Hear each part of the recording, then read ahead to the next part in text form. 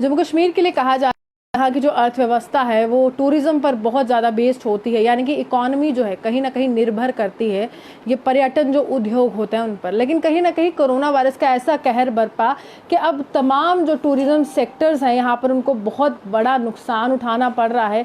आर्थिक पैकेज सरकार की तरफ से अभी तक कोई घोषित नहीं किया गया है, लेकिन तमाम वो लोग जो इस इंडस्ट्री के साथ जुड़े हुए थे, कहीं ना कहीं हम देख रहे थे कि जम्मू कश्मीर की बात की जाए तो कश्मीर में जो टूरिस्ट था उनका रुझान रहता था, और वहीं दूसरी तरफ जम्मू में अगर बात की जाए तो श्रद्धालु जो थे माता वैष्णो देवी की यात्रा के लिए आते थे, अमरनाथ यात्रा के लिए आते थे, वो तमाम यात्राएं जो है वो भी बंद है। तो यहाँ पर मैं आपको भी तस्वीरें दिखाऊं तो ये हमारे देश के प्रसिद्ध वो स्थल है, जो पर्यटन स्थल है जहाँ पर लोगों का काफी रुझान रहता है, जहाँ पर चिंतपूर्णी टेम्पल है, वाघा बॉर्डर है अमृतसर में, जलियांवाला बाग है। इसी तरह से तमाम ये जो स्थान है जो पर्यटन के लिहाज से बहुत ज्यादा महत्वपूर्ण थे, लेकिन आज जो है बहुत बड़ा यहाँ पर इसको अफेक्ट हुआ है, नुकसान हुआ है। बात करने के लिए कुछ लोग मेरे साथ मौजूद हैं, इनसे जानेंगे। सर, सबसे पहले कोविड-19 का ये जो दौर हमने देखा है, कितना नुकसान?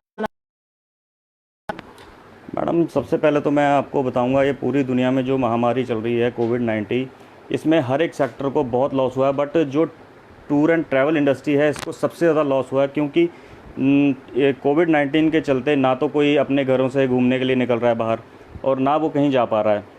तो सबसे ज़्यादा जो इसको इफ़ेक्ट पड़ा है वो टूर एंड ट्रैवल इंडस्ट्री को पड़ा है। तो ज़्यादा मतलब हम एक उससे कहा जाए तो जम्मू के जो टूर एंड ट्रैवल जो एसोसिएशन वाले हैं, जो ट्रैवल इंडस्ट्री है, उनको सबसे ज़्यादा इफ़ेक्ट पड़ा हुआ है, क्योंकि यहाँ पे हमारा काम पिछले 1 साल से बंद पड़ा है। क्योंकि आपको पता ही है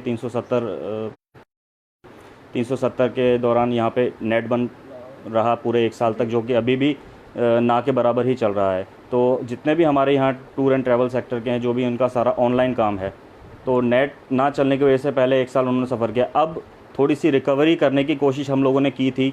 दिसंबर जनवरी में कुछ बुकिंग्स हमारे पास आई थी, तो जिनके चलते हमें लगा था कि शायद इस साल हम अच्छा मतलब अपना लॉस कवर कर लेंगे। बट ये कोविड-19 का मार्च में ये आ गया यहाँ पे, तो हमारी जितनी भी बुकिंग्स थी, जो हमने एडवांस में बुकिंग्स की हुई थी, वो सारी हमें कैंसिल करनी पड़ी। अब इससे हमें फ़र्क ये पड़ा कि जितना भी हमारे पास एडवांस आया था वो हमें क्या है? हमने रिफ़ंड किया है।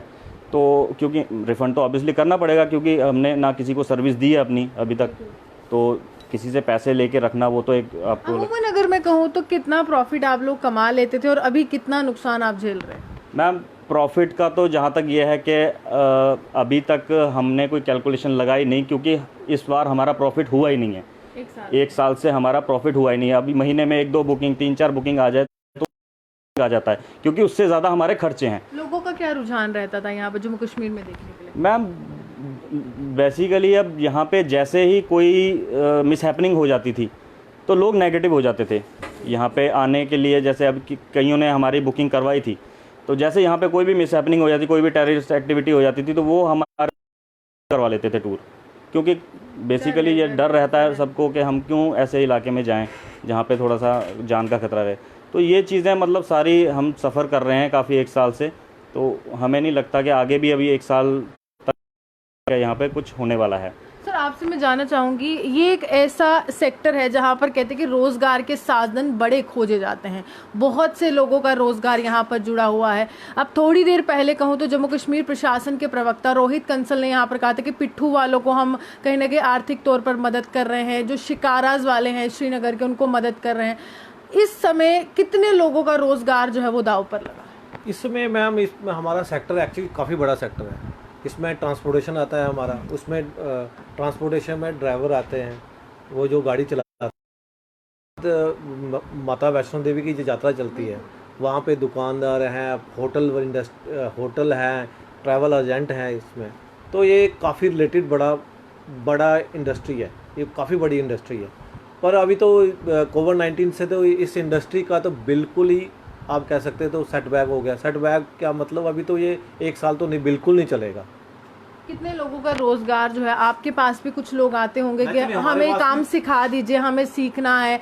जैसे सर कह रहे कि ऑनलाइन बुकिंग होती थी तो इंटरनेट फैसिलिटी उस तरह से नहीं थी, 2G था लेकिन 4G नहीं था, उससे कितना नुकसान हो रहा था? पहले तो 370 से हमारा इंटरनेट नहीं था, तो फिर हमारी बुकिंग उससे बहुत, एक्चुअली हमारी ऑनलाइन बुकिंग ज़्यादा रहती है, तो बुकिंग उससे बहुत हमारी प्रभावित हुई। उससे हम तो फिर फ़ोन पे ही बुकिंग वगैरह करते थे। फिर उसके बाद जैसे इंटरनेट चलना स्टार्ट हो गया कि लोगों ने वाईफाई भी लगवाना स्टार्ट कर दिया, उससे हम थोड़ा काम कर लेते थे। एटलीस्ट भी हमने इस बार अच्छी खासी, हमें जो ऑनलाइन बुकिंग हुई थी अप टू मार्च, हमारे पास अच्छा काम था। मेरे फॉर एग्जांपल मेरे पास ही 7-8 लाख रुपए एडवांस आ चुका था। जो ओवरऑल जो हमारा पैकेजेस था, मेरे ख्याल से 30 to 35 लाख रुपए का पैकेज जो मैंने सेल कर लिए थे अप टू मार्च। अभी हमने भी कुछ एडवांस होटल वालों को प्रोवाइड कर दिया है, गाड़ी वाले को एडवांस दे दिया है, पर क्लाइंट अभी हमें कह रहे हैं आप रिफ़ंड करो इसके लिए, तो हम अपने पॉकेट से ही रिफ़ंड उनको कर रहे हैं। कुछ को कर दिया है, कुछ को कर रहे हैं। जैसी जैसी डेट नज़दीक आती है वो कह रहे थे हमारा ट्रेन का रिजर्वेशन है वो कैंसिलेशन होगा, प्लेन का रिजर्वेशन है, जैसे हमारे ले के टूर थे उनका वो कैंसिल हो गया। इट मीन्स हमारा तो काफ़ी बड़ा नुकसान हुआ है। गवर्नमेंट की तरफ से हमें कोई आर्थिक पैकेज की कोई उम्मीद अभी तक तो नज़र नहीं आ रही, नहीं उन्होंने कोई अनाउंसमेंट की है।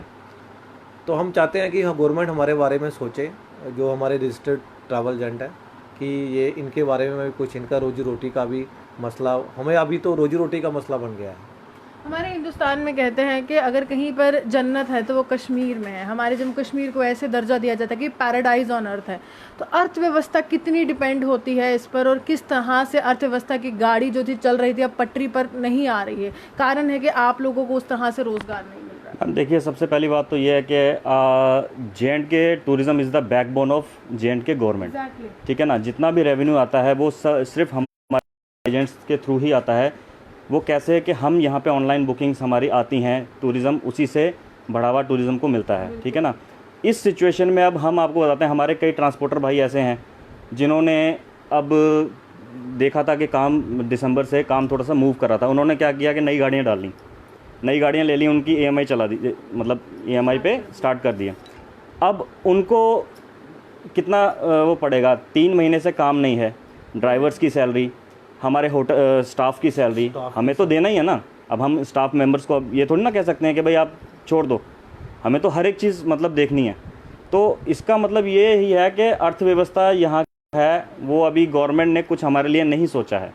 कभी कोशिश की है LG से मिलने की? आपका कोई प्रतिनिधि मंडल गया हो कि उनसे मिला जाए, उनसे पूछा जाए कि आर्थिक पैकेज की घोषणा वित्त मंत्री कर रही है हर एक सेक्टर के, सिविल एविएशन के लिए, हर एक चीज़ के लिए, लेकिन जहाँ से हमारे हिंदुस्तान की पहचान, अगर विदेश में हमारे लोग जाते हैं तो वहाँ से भी लोग यहाँ पर आते हैं। तो कभी मिलने की कोशिश की है यहाँ के किसी अधिकारी से या टूरिज्म डायरेक्टर से कि आप हमारी सुनिए?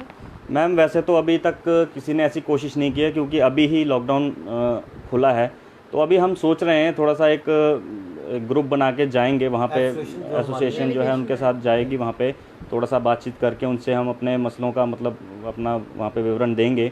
तो वैसे मेरे हिसाब से जब मैंने वीडियो देखी थी जिसमें मैडम ने एक प्रेस कॉन्फ्रेंस में, सुषमा स्वराज जी ने प्रेस कॉन्फ्रेंस में वो किया था, तो उसमें सीधा उन्होंने एक क्वेश्चन पूछा था ट्रैवल एंड टूरिज़्म से रिलेटेड, हाँ, वित्त मंत्री से पूछा था।